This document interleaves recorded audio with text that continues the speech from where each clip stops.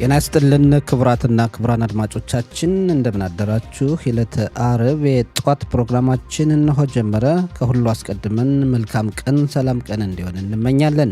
የተከበራችሁ አድማጮቻችን በቅድሚያ የሰዓቱን ዜና እናቀርባለን። ዛም የጋዜጦች አምድ ወቅታዊ ዘገባና ቃለ ምልልሶችን እናቀርባለን። ቆይታችሁ እስከ ፕሮግራማችን መጨረሻ ድረስ ከኛ ጋር እንዲሆን አስቀድመን እንጋብዛለን። አሁን የሰዓቱን ዜና በቅድሚያ አርዕስተ ዜና። በእስራኤልና ሊባኖስ መካከል ለ10 ቀናት ያክል የተደረሰበት ጊዜያዊ የተኩስ አቁም ስምምነት ካሳለፍነው እኩለ ሌሊት ጀምሮ ተግባር ላይ መዋል ጀመረ። የተቀናቃኝ ፓርቲዎች ሊቀመንበር ያኢር ላፒድ የእስራኤል መንግስት ከሊባኖስ ጋር የደረሰበትን የተኩስ አቁም ስምምነት ተቹ። የከፍተኛው ፍርድ ቤት በብሔራዊ ደህንነት ጥበቃ ሚኒስትር ቤን ግቪር ላይ የፖሊስ ባለስልጣናት በመሾሙ ዙሪያ እገዳ የሚጥል ማዘዣ ትላንት ማውጣቱ አነጋጋሪ እንደሆነ ነው። በመካከለኛው ምስራቅ ያለውን ውጥረት ለመቀነስ የሚደረጉ ጥረቶች እንደቀጠሉ ነው የሚሉት የሰዓቱ ዋና ዋና ዜናዎች ናቸው። ዝርዝሩ እነሆ። በእስራኤልና ሊባኖስ መካከል ለ10 ቀናት ያክል የተደረሰበት ጊዜያዊ የተኩስ አቁም ስምምነት ካሳለፍነው እኩለ ሌሊት ጀምሮ ተግባር ላይ መዋል ጀመረ። የተኩስ አቁም ስምምነቱ ከመጀመሩ በፊት ትላንት ምሽት በርካታ ሮኬቶችና ሚሳይሎችን ሂዝቦላ ወደ እስራኤል ተኩሷል። 3 ሰዎች ቆስለዋል። በካርሜል ከተማ አካባቢ አንድ በሞተር ሳይክል የተሳፈረ የ25 ዓመት ወጣት በአየር መቃወሚያ በተመታ ሚሳኤል ፍንጥርጣሪ በከባድ ሁኔታ ቆስሏል። ሌላ የ17 ዓመት ወጣት ደግሞ ቆስላለች። በናሃሪያ ከተማ ደግሞ አንድ የ40 ዓመት ግለሰብ በመካከለኛ ሁኔታ ቆስሏል። የእስራኤል መከላከያ ሰራዊት በደቡብ ሊባኖስ የሂዝቦላን ይዞታዎች አጥቅቷል። ፕሬዝዳንት ትራምፕ ትላንት ምሽት በይፋ ባስታወቁት መሰረት እስራኤልና ሊባኖስ ለ10 ቀናት የሚቆይ የተኩስ አቁም ስምምነት እንደደረሱ እና ሌሊቱን ተግባራዊ መሆን እንደሚጀምር አስታውቀው ነበር። የተኩስ አቁም ስምምነቱም ተግባር ላይ መዋል ጀምሯል። ፕሬዝዳንት ትራምፕ ከተኩስ አቁም ላይ የደረሱት ከእስራኤልና ሊባኖስ መሪዎች ጋር ባካሄዱት የስልክ ውይይት መሆኑን ገልጸው የሁለቱን ሀገራት መሪዎች ጠቅላይ ሚኒስትር ቤንያሚን ኔታንያሁና የሊባኖስን ፕሬዝዳንት ጆሴፍ አውንን ወደ አሜሪካ ጋብዘው የሚያነጋግሯቸው መሆኑን አስታውቋል። ትራምፕ እስካሁን በዓለም ላይ የ9 ሀገራትን ጦርነቶች ማስቆማቸውን ገልጸው በእስራኤልና ሊባኖስ መካከል 10ኛው መሆኑን አስታውቀዋል። ጠቅላይ ሚኒስትር ቤንያሚን ኔታንያሁ ከሚኒስትሮች ጋር በስልክ መወያየታቸውንና ፕሬዝዳንት ትራምፕ በጠየቁት መሰረት ለተኩስ አቁሙ መስማማታቸውን ገልጸዋል። ኔታንያሁ በተጨማሪ እንዳሉት ከተኩስ አቁም ስምምነት ቢደረስም የእስራኤል ጦር በደቡብ ሊባኖስ ከያዛቸው መሬቶች ለቆ አይወጣም ብለዋል። ይህ በእንዲህ እንዳለ የተኩስ አቁም ስምምነቱን የሂዝቦላ ድርጅት በአዎንታዊ መልኩ ይቀበለዋል ወይ የሚለው ትልቅ ጥያቄ ነው። በሌላ በኩል በእስራኤልና ሊባኖስ መካከል የተደረሰበት የተኩስ አቁም ስምምነት በኢራን ጫና ምክንያት እንደሆነ የሀገሪቱ መሪዎች ከቴህራን መግለጻቸውን ሜሃር የተሰኘው የሀገሪቱ መገናኛ አውታር ዘግቧል። ኢራን ከአሜሪካ ጋር ከተኩስ አቁም ስምምነት ከደረሰች በኋላ ሂዝቦላም አብሮ እንዲጠቃለል ጫና ስታደርግ ነበር መባሉ ይታወሳል። በሌላ በኩል 30 ለሚሆኑ ደቡብ ሊባኖስ ገጠሮች እስራኤል ከዛሬ ጀምሮ እርዳታ ታቀርባለች ተብሏል። የተቀናቃኝ ፓርቲዎች ሊቀመንበር ያኢር ላፒድ የእስራኤል መንግስት ከሊባኖስ ጋር የደረሰበትን የተኩስ አቁም ስምምነት ተቹ። የክኔሴት አባል ላፒድ እንዳሉት መንግስት ለዜጎች ቃል የሚገባቸው በሙሉ በተጨባጭ ሁኔታ መሬት ላይ ወድቀው እየተከሰከሱ ነው። እስራኤል ከሊባኖስ ጋር ያላት ግጭት ሊፈታ የሚችለው በአንድ ነገር ብቻ ነው። ይህም በሰሜን እስራኤል ላይ የተደቀነውን የደህንነት ስጋት በማስቀረትና አካባቢውን እንዲለማ በማድረግ ነው። ይሁን እንጂ በዚህ መንግስት እንዲህ አይነት ሁኔታ ሊፈጠር አይችልም ብለዋል ያኢር ላፒድ። ያኢር ላፒድ እስራኤል በኢራን የ40 ቀናት ጦርነት ውስጥ መንግስት ዓላማውን አላሳካም በማለትም ከአሁን በፊት ትችት ማሰማታቸውና መሰንዘራቸው ይታወሳል። በተለይ እስራኤል መሪዎች ወታደራዊ ድሉን ወደ ዲፕሎማሲያዊ ድል መቀየር አልቻሉም በማለት መተቸታቸው ይታወሳል። በሰሜን እስራኤል የማቴ አሸር አካባቢ ሸንጎ ሊቀመንበርና የግጭት አካባቢ ጉዳይ ኃላፊ ሞሼ ዳቪዶቪች ከሊባኖስ ጋር የተደረሰበት የተኩስ አቁም ስምምነት በሂዝቦላ ላይ ከባድ ቁጥጥር ከሌለው ሌላ ችግር የሚያስከትል መሆኑን ገለጹ። ሞሼ ዳቪዶቪች እንዳሉት የተኩስ አቁም ስምምነቱ ሂዝቦላ ስምምነቱን በሚጥስበት ወቅት በአግባቡ መቆጣጠር የሚያስችል ካልሆነና እስከ ሊታኒ ወንዝ ድረስ ከሽብርተኞች ነጻ ሆኖ ደህንነት ካላስከበረ ዲፕሎማሲያዊ ጥረት ስኬት ሳይሆን ለቀጣዩ ህዝብ ጭፍጨፋ ፍርድ መስጠት ነው ብለዋል። ሞሼ በተጨማሪ እንዳሉት ስምምነቶች በአሜሪካ ዋና ከተማ ዋሽንግተን ከራባት ባደረጉ ሰዎች ሊፈጸም ይችላል። ይሁን እንጂ ዋጋው የሚከፈለው በደም ነው። እንዲሁም ቤቶች እየፈረሱና በግጭት አካባቢ ያሉ ማህበረሰቦች እየተረሱ ነው። ሂዝቦላህ የጦር መሳሪያውን ፈትቶ ካላየን የአሸናፊነት ጭፈራዎች ሁሉ በህብረተሰቡ አይን ላይ አሸዋ መርጨት ነው ብለዋል የማቲ አሸር አካባቢ መስተዳድር ሊቀመንበር ሞሼ ዳቪዶቪች። የከፍተኛው ፍርድ ቤት በብሔራዊ ደህንነት ጥበቃ ሚኒስትር ቤንግቪር ላይ የፖሊስ ባለስልጣናትን በመሾሙ ዙሪያ እገዳ የሚጥል ማዘዣ ትላንት ማውጣቱ አነጋጋሪ እንደሆነ ነው። የብሔራዊ ደህንነት ጥበቃ ሚኒስትር ኢታማር ቤንግቪር በፖሊስ ስራ ጣልቃ ይገባሉ በሚል ምክንያት ከስልጣናቸው መነሳት ይገባቸዋል በሚል በርካታ ድርጅቶች ለከፍተኛው ፍርድ ቤት ይግባኝ ማቅረባቸው ይታወሳል። ጠቅላይ ሚኒስትር ናታንያሁ ከፍተኛው ፍርድ ቤት ሚኒስትር ከስልጣን በማንሳቱ ዙሪያ የማየት መብት የለውም በማለት መልስ መስጠታቸውም ይታወሳል። ፍርድ ቤት ትላንት ባወጣው ማዘዣ በፖሊስ ከፍተኛ ባለስልጣናት መሾሙ መከናወን ያለበት ለመንግስት ሕግ አማካሪዋ በማስታወቅ በፖሊስ ጥያቄ መሰረት መሆን አለበት። በዜጎች ወንጀል ክትትል ዙሪያ ሚኒስትሩ ንግግሮችን ከማድረግ መቆጠብ አለባቸው። ጠቅላይ ሚኒስትር ናታንያሁ ሚኒስትር ቤንግቪርና የመንግስት ሕግ አማካሪዋ ጋሊ ባህራም ሚያራ እስከ ግንቦት 30 ቀን ድረስ ከስምምነት ለመድረስ እንዲሞክሩ ውሳኔ አስተላልፏል። ፍርድ ቤት ሚኒስትር ቤንግቪር በበኩላቸው ለፖሊስ መሪዎች ስልጣን በመስጠቱ ዙሪያ ያላቸውን መመሪያ እንደማይቀይሩና በፊት በነበረው አሰራራቸው የሚቀጥሉ መሆኑን አስታውቋል።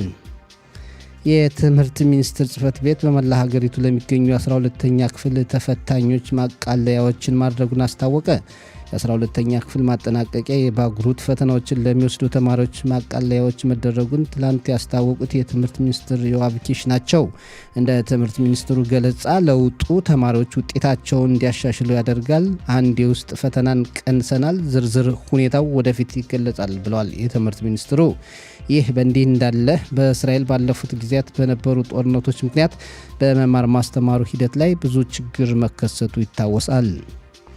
በመካከለኛው ምስራቅ ያለውን ውጥረት ለመቀነስ የሚደረጉ ጥረቶች እንደቀጠሉ ነው። በተለይ ኢራን ከአሜሪካ ጋር ዘላቂ ከሆነ ሰላም ስምምነት እንድትደርስና ጅምላ ጨራሽ የሆኑ የጦር መሳሪያዎችን እንዳትሰራ ለማድረግ ጥረቶች ያሉ ቢሆንም ኢራን በ40 ቀናት ጦርነት ክፉኛ ብትደበደብም አሁንም መልሳ በአጭር ዓመታት ውስጥ የወደመባትን መሳሪያ የመተካት አቅም ሊኖራት ይችላል የሚለው ስጋት አለ።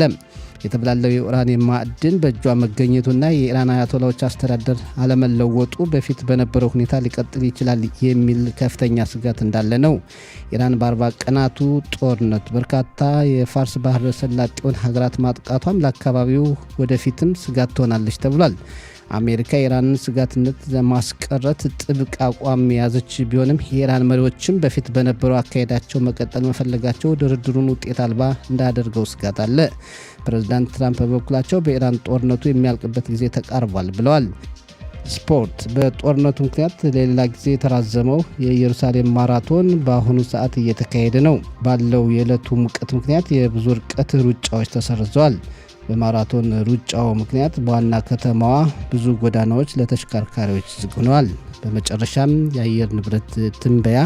በዛሬው ዕለት በጣም ሞቃታማ አየር ጸባይ በአብዛኛው ሀገሪቱ ክፍል ይኖራል። በአንዳንድ አካባቢዎች ይዘንባል። ቅዳሜ ደግሞ ሙቀቱ በጣም ይቀንሳል ብለዋል የአየር ንብረት ትንበያ ባለሙያዎች። የዛሬው ሙቀት መጠን በዲግሪ ሴንቲግሬድ በኢየሩሳሌምና አካባቢዋ 30፣ በቴልአቪቭና አካባቢዋ 31፣ በሃይፋና አካባቢዋ 29፣ በኤርሸባና አካባቢዋ 34፣ በኤላትና አካባቢዋ 38 ዲግሪ ሴንቲግሬድ ይሆናል ብለዋል የዘርፉ ባለሙያዎች። የተከበራችሁ አድማጮቻችን ለሰዓቱ ያለን ዜና እዚህ ላይ አበቃ።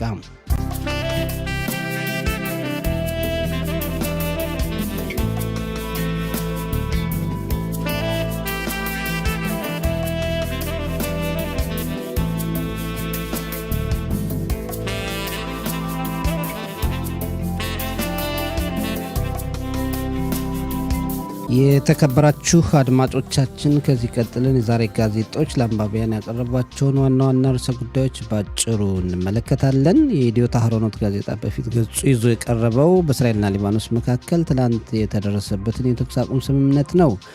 ፕሬዝዳንት ትራምፕ በእስራኤልና ሊባኖስ መካከል የተኩስ አቁም ስምምነት እንዲደረስ ወሰኑ። ጠቅላይ ሚኒስትር ናታንያሁም የትራምፕን ጫና ተቀብለው ለ10 ቀናት ጦርነቱ እንዲቆም አድርገዋል ብሏል ጋዜጣው።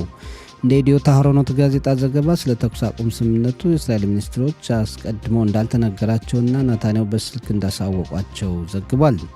በ10 ቀናቱ የተኩስ አቁም ስምምነት ወቅት እስራኤል የሂዝቦላን ድርጅት አታጠቃም፣ ሂዝቦላም ወደ እስራኤል አይተኩስም፣ የአሜሪካው ፕሬዝዳንት ዶናልድ ትራምፕ ከጠቅላይ ሚኒስትር ናታንያሁና ከሊባኖሱ ፕሬዝዳንት ጆሴፍ አውን ጋር በተናጠል በስልክ ከተወያዩ በኋላ ከተኩስ አቁም ስምምነት መደረሱን ቢያስታወቁና ናታንያሁም መስማማታቸውን ቢገልጹም በውሳኔው የሰሜን እስራኤል ነዋሪዎች ቁጣቸውን እየገለጹ ነው። ለተጨማሪ ጊዜ በእኛ ላይ ሸር ተሰርቷል፣ ሽጠውናል በማለት የተኩስ አቁም ስምምነቱ ለአካባቢው ቋሚ የሆነ የተረጋጋ ሰላም ሊያሰፍን እንደማይችል ቅሬታቸውን ገልጸዋል። በተለይ ስምምነቱን ሂዝቦላ ቢያፈርስ ሊያስገድደው የሚችል ውሳኔ እንደሌለ የሰሜን እስራኤል ነዋሪ አካባቢ መስተዳድሮች መሪዎች ቅሬታቸውን እየገለጹ ነው። የሃሬጽ ጋዜጣም በተመሳሳይ ሁኔታ ፕሬዝዳንት ትራምፕ በእስራኤልና ሊባኖስ መካከል የተኩስ አቁም ስምምነት መደረሱን አስታወቁ ካለ በኋላ የእስራኤል ዜጎች ለተኩስ አቁም ስምምነት ከትራምፕ መስማት ለምደዋል፣ ንጉሱ ተናገሩ፣ የተኩስ አቁም ስምምነቱ ተግባር ላይ መዋሉ ተነገረ በማለት ትራምፕን ንጉሱ በማለት ጠርቷል። ሁሉ ነገር በትራምፕ በኩል መምጣቱና እስራኤልና ሊባኖስ የደረሱበትን የተኩስ አቁም ስምምነትም ያወጁት ትራምፕ ናቸው። የካቢኔ ሚኒስትሮችም እንዲሁ በተመሳሳይ ሁኔታ የሰሙት ከትራምፕ ነው። ጠቅላይ ሚኒስትር ናታንያሁ ከሚኒስትሮች ጋር በስልክ ተወያይተዋል፣ ስለ ተኩስ አቁም ስምምነቱም አስረድተዋቸዋል ብሏል ሃሬጽ። የማሪቭ ጋዜጣ ደግሞ ዴሬክ ሻሎም የሰላም መንገድ በሚል ርዕስ በእስራኤልና ሊባኖስ መካከል የተኩስ አቁም ስምምነት እንዲደረግ ሰሞኑን ከፍተኛ ምክክር ሲሆን ከሰነበተ በኋላ ፕሬዝዳንት ትራምፕ ከመግባባት ላይ መደረሱን ትናንት አውጀዋል፣ አስታውቀዋል። ፕሬዝዳንት ትራምፕ የእስራኤሉን ጠቅላይ ሚኒስትር ቤንያሚን ናታንያሁና የሊባኖሱን ፕሬዝዳንት ጆሴፍ አውንን ወደ ቤተ መንግስታቸው በመጋበዝ ስለ ቀጣይ የሁለቱ ሀገራት ሁኔታ የሚያነጋግሯቸው መሆኑንም ጨምረው አስታውቀዋል። እስራኤል በ10 ቀናቱ የተኩስ አቁም ስምምነት በደቡብ ሊባኖስ የተቆጣጠረቻቸውን መሬቶች ለቃ አትወጣም። የሰሜን እስራኤል ነዋሪዎች በተኩስ አቁም ስምምነቱ ደስተኛ አለመሆናቸውን በድጋሚ መረሳታቸውንም ማዕሬብ ጨምሮ ዘግቧል። ሌላው የኢዲዮት አህሮኖት ጋዜጣ የዘገበው ከጥቅምት 7 ቀን ጀምሮ ለሀገራቸውና ሕዝባቸው ሰላምና ደህንነት መጠበቅ በተሰዉ ጀግና ሰማዕታት ስሞች የግል ጓደኞቻቸው አዳዲስ የተወለዱላቸውን ልጆች ስሞች ጠርተዋል። የትግል ጓዶቻቸው ቢሰውም እንዳይረሱ አዳዲስ በተወለዱ ሕፃናት ስም ጠርተዋቸዋል። ይህም በጣም የሚያስደንቅና የጓደኝነትን ጥግ የሚያሳይ ነው በማለት በተለያዩ ስሞች የተጠሩ ጀግና ሰማዕታትን ስሞችና ጓደኞቻቸውን ጋዜጣው በዝርዝር ዘግቦ አቅርቧል። ለምሳሌ ጥቅምት 7 ቀን 2023 ዓ.ም የተሰዋው ወታደር ራዝ ፔሬጽን ለማስታወስ ጓደኛውና ሚስቱ ልጃቸውን ራዝ በማለት ጠርተዋል። ሮኢና ዴቪድ ጽዮንን ለማስታወስም እንዲሁ ጓደኛቸው ሁለት ልጆቹን በእነሱ ስም ሰይሟል። እንዲሁም ኦምሪ ሃይ ቤን ሞሽን ለማስታወስም ጓደኛው ልጁን በሱ ስም ሰይሟል በማለት ውትድርና አብሮ መዋጋት መዝመት ብቻ ሳይሆን መስዋዕት ከፍለው እነሱን ለማስታወስ መቻል እንደሆነና ታሪክ ሲዘክራቸው እንዲኖር ማድረግ መሆኑን ያሳዩበት ክስተት እንደሆነ የኢዲዮት አህሮኖት ጋዜጣ በዛሬ ዘገባው በዝርዝር ተመልክቷል። ሌላው የማዕሪብ ጋዜጣ የተመለከተው በመጪው ሳምንት የሚካሄደውን የጀግና ሰማዕታትና በሽብር ጥቃት የተገደሉ ዜጎችን መታሰቢያ በተመለከተ መስዋዕት የከፈሉ ጀግና ሰማዕታትና በሽብር ጥቃት የተገደሉ ሰላማዊ ዜጎችን ቁጥር በዝርዝር አቅርቧል። እንደ ጋዜጣው ዘገባ ከ1860 ዓ.ም ጀምሮ ለእስራኤል ሀገር መቋቋምና ሕዝቧ ሰላም መጠበቅ መስዋዕት የከፈሉ ጀግና ሰማዕታት ቁጥር 25644 ነው ብሏል።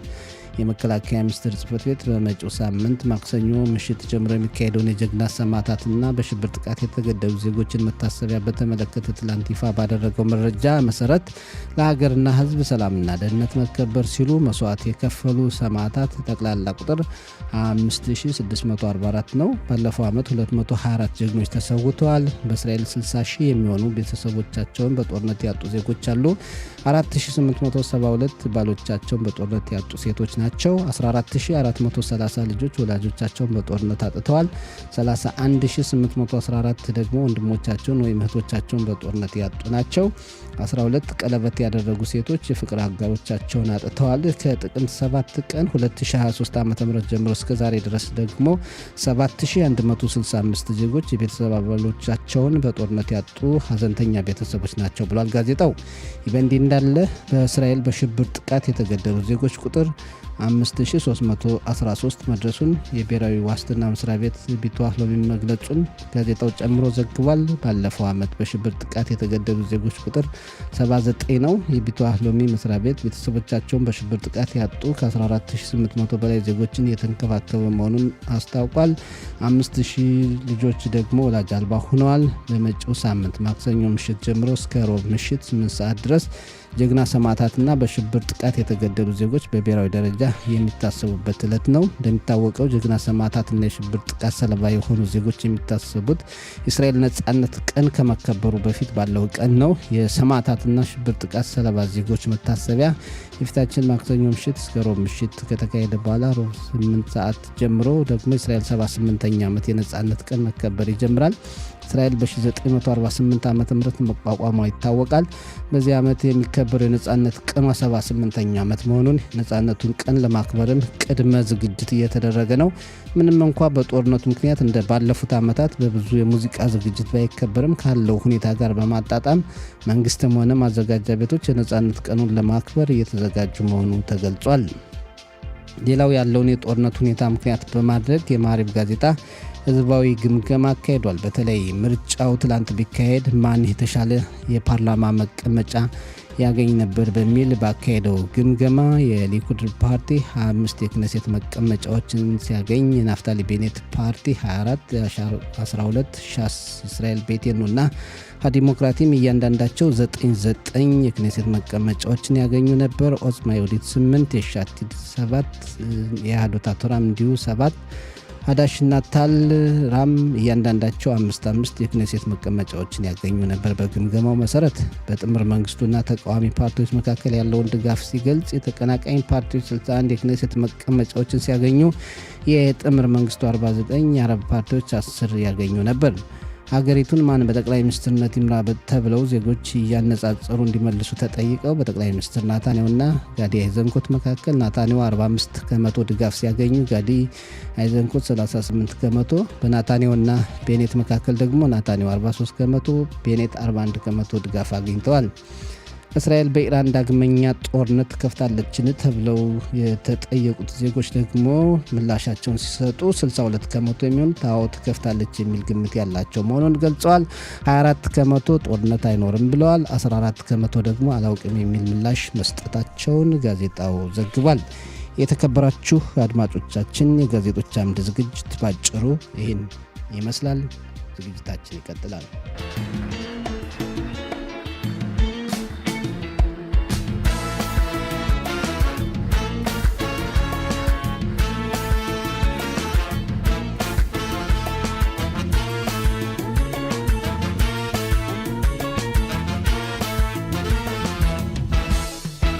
የተከበራችሁ አድማጮቻችን ከዚህ ቀጥለን ደግሞ ወቅታዊ ዘገባ እንዲመለከትልን ጋዜጠኛ ጋቢ ወርቁን ጋብዘናል።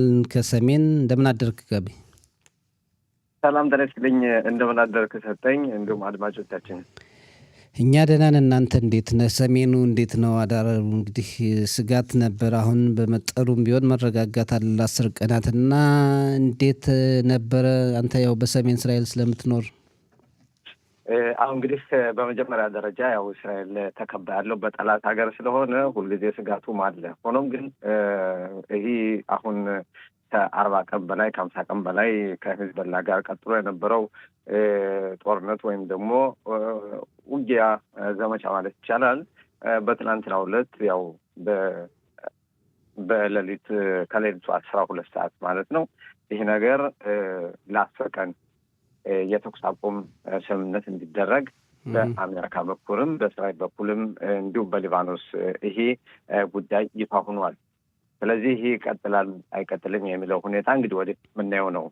ያ ከሆነ በኋላ አሁን ሂዝቦላም ደግሞ ተኩሷል ወደ ናህሪያም ወደ ተለያዩ የእስራኤል ሰሜን ምሽት ላይ የተኩስ አቁም ስምምነት እስኪሆን ድረስ እስከዚያ ድረስ ይህንን ተኩሷል። ከዚያ በኋላ እስራኤልም ደግሞ አጣፋውን መልሳለች። እዚያ አሁን መረጋጋት ያለበትና ወደፊት ደግሞ ይህንን የተኩስ አቁም ስምምነት ወደ ዘለቄታ ወዳለው ወይም ወደ ዘላቂ ሰላም ለማምጣት ድርድር እየተደረገ ይገኛል። በተለይ በሊባኖስ እና በእስራኤል መካከል በዋሽንግተን የተደረገው ወይም እየተደረገ ያለው ድርድር መጨረሻ ላይ ወደ ሰላም ያመራል የሚል ሁኔታ አለ። ያ ከሆነ ደግሞ ሂዝቦላ ሙሉ በሙሉ ትጥቁን መፍታት አለበት፣ ከሊባኖስ መወገድ አለበት ማለት ነው። ያ ከሆነ ነው እንግዲህ ዘላቂ የሆነ ሰላም በእስራኤልና በሊባኖስ መካከል የሚመጣው። እስካሁን ድረስ ሊባኖስ እንደ ሀገር እጅግ በሂዝቦላ ተጠልፋ የምትገኝ ሀገር ናት። እንደ ሀገር የምትፈልገውን እያደረገች አይደለም። ስለዚህ በሂዝቦላ ተጠልፋ ያለችበትና ሂዝቦላ ደግሞ በኢራን ዘዋሪነት በፈለገው ጊዜ ጦርነት ከእስራኤል ላይ እየከፈተ በእስራኤል ላይ ጉዳት እያደረሰ ነው። እንደገናም ደግሞ ይበልጥ በሊባኖስ በደቡብ ሊባኖስ ላይ ከፍተኛ የሆነ ውድመት እንዲመጣም እያደረገ ያለበት ነው። ይህም በእነሱ በኩል ተቀባይነት የሌለው ስለሆነ ወደ ሰላም መሄድ አለብን፣ ከእስራኤል ጋር ሰላም ማድረግ አለብን የሚል አቋም ይዘው የመጡት በዚህ ምክንያት ነው። ስለዚህ አሁን ለጊዜው መረጋጋት አለ። ኢራንም ደግሞ እየደከመች የሄደችበትና ከፍተኛ የሆነ ጉዳትም ስለደረሰባት አሁን ያለችበት ሁኔታም እጅግ በጣም ከባድም ስለሆነ ስለዚህ እነሱም ምንም ሂዝቦላን እስካሁን ድረስ ማዳን አልቻሉም። መጀመሪያ እኛ የተኩስ አቁም ስምምነት የምናደርገው ማለት ኢራን ማለት ነው ከሂዝቦላ ጋርም የተኩስ አቁም ስምምነት ከተደረገ ነው። ካልሆነ ግን በዚህ ውስጥ በድርድር ውስጥ ራሱ አንገባም ብለው ነበር። ሆኖም እስራኤል ይህና የሂዝቦላ ጉዳይና የኢራን ጉዳይ በአንድ ላይ ተያይዞ የሚሄድ አይደለም፣ ሁሉንም በተናጠል ነው የምናየው በሚል ሁኔታ የቀጠለችበት ሁኔታና ሂዝቦላም እስካሁን ድረስ በጣም ከፍተኛ ከ1700 በላይ የሚሆኑ ቀንደኛ ሽብርተኞቹና አባላቶቹ የተደመሰሱበት ነው በዚህ በቅንጦት በገባበት ጦርነት ማለት ነው። ስለዚህ በርካታ ሰፈሮች ወድመዋል። በደቡብ ሊባኖስ እጅግ በጣም ከባድ በሆነ ሁኔታ ውድመት ተፈጥሯል። እዚህ ያሉትም የደቡብ ሊባኖስ ዜጎች ከሊታኒ ከሚባለው ወንዝ ባሻገር ወደ ሰሜን በኩል ሂደዋል ማለት ነው። ስለዚህ አሁን ይሄ በዛሬው ዕለትም የደቡብ ሊባኖስ መከላከያ ሰራዊት ከተባለ ያ እንዳለው ከሆነ አሁንም ወደ እስራኤል ወደ ያዘችበት ቦታ ዜጎች እንዳትመለሱ የሰላም ወይም ደግሞ የተኩስ አቁም ስምምነት አለ ብላችሁ ወደዚያ እንዳትመለሱ እስራኤል ይሄንም አስጠንቅቃለች የሚል ሁኔታም በዚህ ላይ አስተላልፈዋል። ስለዚህ አሁን በ10 ቀን ውስጥ ይሄ የሚታየውና የሚገመገመው መጨረሻ ላይም ደግሞ ዘለቄታ ወዳለበት የሰላም ወይም ደግሞ የተኩስ አቁም ስምምነት ይካሄዳል የሚል ሁኔታ ግምት አለ። ይህን ደግሞ ያው ወደፊት የምናየው ነው። አዎ፣ ግን የተኩስ አቁም ስምምነቱ ቢደረስም የሰሜን እስራኤል ነዋሪዎች በጣም አልተደሰቱም። እንደገና ደግሞ አሳሪ አይደለም። ሂዝቦላ የተኩስ አቁም ስምምነቱን ቢያፈርስስ በምንድን ነው ሊቀጣ የሚችለው? ብዙ አነጋጋሪ የሆኑ ጥያቄዎች እንደውም በመንግስት ላይ ቅሬታቸው በጣም እያሰሙ ነው። በትክክል እውነታቸውን ነው። ምክንያቱም በዚህ በድንበር ላይ በእስራኤልና በሊባኖስ መካከል ድንበር አካባቢ ያሉ ከተሞች እና ሰፈሮች እጅግ በጣም በየጊዜው ይህ አይነት ጦርነት ይህ አይነት ዘመቻ እየተከፈተ ከባድ ነው። እንደዚህ ብሎ መኖር አይቻልም። ከዚህ በፊት እንደነበረው እንደ ስድሮት ማለት ነው፣ እንደ አሽቀሎን፣ እንደ ሌሎቹም የዚህ አይነት ኑሮ በጣም ከባድ ነው። እውነታቸውን ነው። እነሱ የሚፈልጉት በአጠቃላይ ሂዝቦላ እንዲደመሰስና ከዚህ በኋላ ደግሞ ሊባኖስ እንደ አገር በመሆን ልክ በግብፅ እንዳለው ድንበር፣ በዮርዳኖስ እንዳለው ድንበር፣ በሌሎቹ እንዳለው ያ በየጊዜው ትንኮሳ የሚፈጸምበት ድንበር መሆን የለበትም። እውነት ነው። ስለዚህ አሁን እነሱ የሚፈልጉት ምንድን ነው? ሂዝቦላ አንደኛ ሂዝቦላን ከትጥቁ ማስፈታት የሚቻለው በሁለት መንገድ ነው። አንደኛው በኃይል በጦር ኃይል ማስፈታት ይቻላል። በሁለተኛ ደረጃ ደግሞ ይሄ የጦር ኃይሉም ተጨምሮበት በዲፕሎማሲም ደግሞ ትጥቁን ማስፈታት ይቻላል። አሁን የተጀመረው ምንድን ነው? በኃይል ተጀምሮ ከፍተኛ የማዳከም ሁኔታ ተፈጥሯል። አሁን ደግሞ በዲፕሎማሲ ይህንን ለማቋጨትና ሂዝቦላን ትጥቁን ለማስፈታት እዚያ በኋላ ደግሞ አሁንም በየጊዜው የሚደረገው ትንኮሳ እንዲያቆም በዚህ ነው እንግዲህ መንግስት ይህንን የገባበት። ሂዝቦላ አሁን ይህንን የተኩስ አቁም ስምምነቱን የሚያፈርስና የሚጥስ ከሆነ ደግሞ የእስራኤል መከላከያ ሰራዊት ወዲያውኑ አጠፋውን ይመልሳል። ግን በየጊዜው ሂዝቦላ በመተንኮስ እስራኤል አጠፋ በመመለስ እንደዚህ መቀጠል የለበትም። እነሱ እንደሚሉት ዜጎች እንደሚሉት ምንድን ነው በአካባቢው የሚኖሩት ዘለቄታ ያለው ወይ ሰላም ይምጣልን ወይም ደግሞ የእስራኤል መከላከያ ሰራዊት መግባት ካለበት አጠቃላይ ሊባኖስንም መቆጣጠር ካለበት ይቆጣጠርና ሂዝቦላን ከዚያ ያስወግድልን ነው። ግን ደግሞ ይሄ ብዙ ጊዜ ይወስዳል። ሁላችንም እንደምናየው ይህ ብዙ ጊዜ ይወስዳል፣ ብዙ መስዋዕትም ያስከፍላል። ያን ደግሞ ለመቀነስ አሁን ምናልባት በዚህ በ10 ቀን ውስጥ ድርድር ተደርጎ ሂዝቦላን ትጥቁን ማስፈታት የሚቻልበት ሁኔታ ከተፈጠረ ብዙ ወታደሮቻችን መስዋዕት ሳይከፍሉ እንደገናም ደግሞ በየጊዜው እያንዳንዱንን የሚሳኤል ወይም ደግሞ ሮኬት ያን በየቦታው ለመልቀም ያም በጣም ብዙ ጊዜ ይወስዳል። ምክንያቱም የሊባኖስ መከላከያ ሰራዊት ይህንን ማድረግ አይችልም። የእስራኤል መከላከያ ሰራዊት መግባት አለበት። ስለዚህ ዘላቂ የሆነ ሰላም ይምጣልን ነው። እንደው ለ10 ቀን ተብሎ እንደገና ወደ ጦርነት የምንመለስ ከሆነ ምን ዋጋ አለው ነው የእነሱ ቅሬታ። በትክክል እውነታቸውን ነው። ይሄ ለአንዴና ለመጨረሻ ጊዜ እልባት ማግኘት አለበት። ሂዝቦላ መወገድ አለበት። የእስራኤል ሕዝብ ከዚህም ከዚያም እፎይ ማለት አለበት። በድንበርም የሚኖር ሊባኖስ እንደ አገር ድንበሯን ማስከበር አለበት። ሌላ ታጣቂ ቡድን በዚያ ውስጥ ነው። እነሱ ደግሞ እኛ የለንበትም፣ አቅም የለንም፣ ስለዚህ እያሉ መቀጠል የለባቸውም። ስለዚህ እውነት ነው ሁሉም የሚሉት ምንድን ነው ሊባኖስን እንደ ሊባኖስ ነው ማየት ያለብንና መከላከያ ሰራዊቱ ለዚህ ማይሆን ከሆነም መመታት አለበት የሚሉ አሉ። ስለዚህ አጠቃላይ እውነታቸው እንደው ወደፊት ያለውን እናየዋለን። እስኪ ልክ ነው። ባጭሩ በኢራንና አሜሪካ መካከልስ ውጤት ይመጣ ይሆን? እንግዲህ በኢራንና በአሜሪካ መካከል ኢራን በሚዲያ የምትናገረው እና በውስጥ የምትናገረው በጣም ይለያያል። ስለዚህ አሁን ኢራኖች በኃይል ይህችን አካባቢ እያመሷት ያሉ በአጠቃላይ መካከለኛውን ምስራቅ በከፍተኛ በሽብር ጠምጥመው ይዘው እያመሱት የሚገኙት ይህ እጅግ በጣም የሚያሳዝን ነው። ስለዚህ አሁን ኢራን ተቀጥቅጣለች፣ ተደብድባለች። በጣም ከፍተኛ መሰረታዊ ልማትም ወድሟል፣ ወታደራዊ ተቋምም ወድሟል። አሉን ያለቻቸው እና ለወደፊትም ደግሞ ሀያላን ሀገር ያደርጉኛል ያለቻቸው በሙሉ ብዙ ወድሟል። ስለዚህ አሁን አሜሪካ የገቡት ምንድን ነው? በተለይ ይህን የሆርሙዝ የሚባለውን የባህር ወሽመጥ ያንን በመቆጣጠር በዚህ ላይ ከኢራን ወደብ የሚወጣ ወይም የሚገባ ምንም ነገር የለም በሚል ይህንን አፍነውታል፣ ይዘውታል። ልክ እስራኤል በጋዛ ውስጥ በባህሩ እንደምታደርገው። ስለዚህ አሁን ኢራን አጣብቂኝ ውስጥ ናቸው። በኢኮኖሚ ደረጃ እጅግ በጣም ደቀዋል። አሁን ህዝቡ መጨረሻ ላይም የኢራኑ ፕሬዚደንት እንዳሉት በ2 ሳምንታት ውስጥ የኢራን ኢኮኖሚ ሊወድም ይችላል፣ ጭራሽ ሊጠፋ ይችላል የሚል ሁኔታም አለ። ስለዚህ አሁን ኢራኖች ስምምነት ላይ መድረስ ይችላሉ። ስምምነት ላይ ደርሰው ደግሞ የኢኮኖሚያቸው ሁኔታ ቢያንስ እንኳን በትንሹ እንዲመለስላቸው ይፈልጋሉ። ስለዚህ መጨረሻ ላይ ስምምነት ላይ ይደረሳል የሚል ሁኔታ ነው ያለ። ያ ከሆነ ደግሞ ኢራን ከዚህ ውስጥ ከገባችና በስምምነት ላይ ከሂዝቦላ ጋር ያላትን ከሌሎች ጋር ያላትንም ደግሞ በቅጥረኝነት እነሱን እያንቀሳቀሰች የምትገኘው ያ ሁሉ የሚቆም ከሆነ ለሁሉም ሰላምና መረጋጋት በአካባቢ ይመጣል የሚል ግምት ነው ያለ። ጥሩ፣ በጣም ነው እናመሰግን ጋቢ። መልካም ቀን እንመኝልሃለን። ሻባት ሻሎም። ሌሎች ርዕሰ ጉዳዮች ይኖሩናል። በሚቀጥለው ሳምንት እንወያያለን። አመሰግናለሁ ሰጠኝ። እንዲሁም አድማጮቻችን መልካም ቀን። ሻባት ሻሎም። መልካም ቀን። ቻው።